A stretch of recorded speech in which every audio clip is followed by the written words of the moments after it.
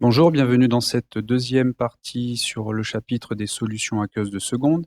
Alors, nous allons voir ce qu'il se déroule lors d'une dissolution au niveau microscopique et comprendre quelles sont les conséquences pour la masse de la solution.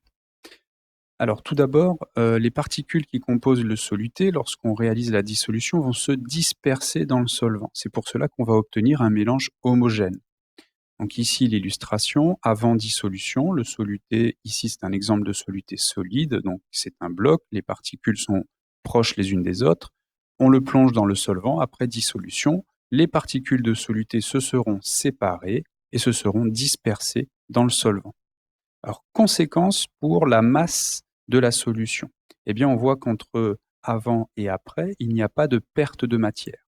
Donc, si on pèse la masse d'un soluté et la masse du solvant, on va se rendre compte que la masse de solution est simplement la somme de la masse du soluté et de la masse du solvant.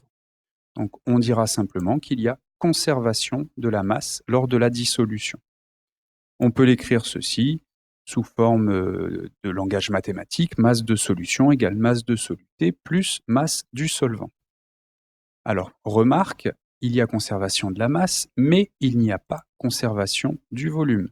En effet, au niveau microscopique, eh bien, les distances entre les particules du soluté, qu'ils soient solides, liquides ou gazeux, ne sont pas forcément les mêmes que les distances entre particules qui vont exister entre soluté et solvant dans la solution. Donc, le volume final n'est pas forcément égal au volume de solvant plus volume de soluté. Voilà pour cette deuxième vidéo, deuxième partie du chapitre sur les solutions aqueuses.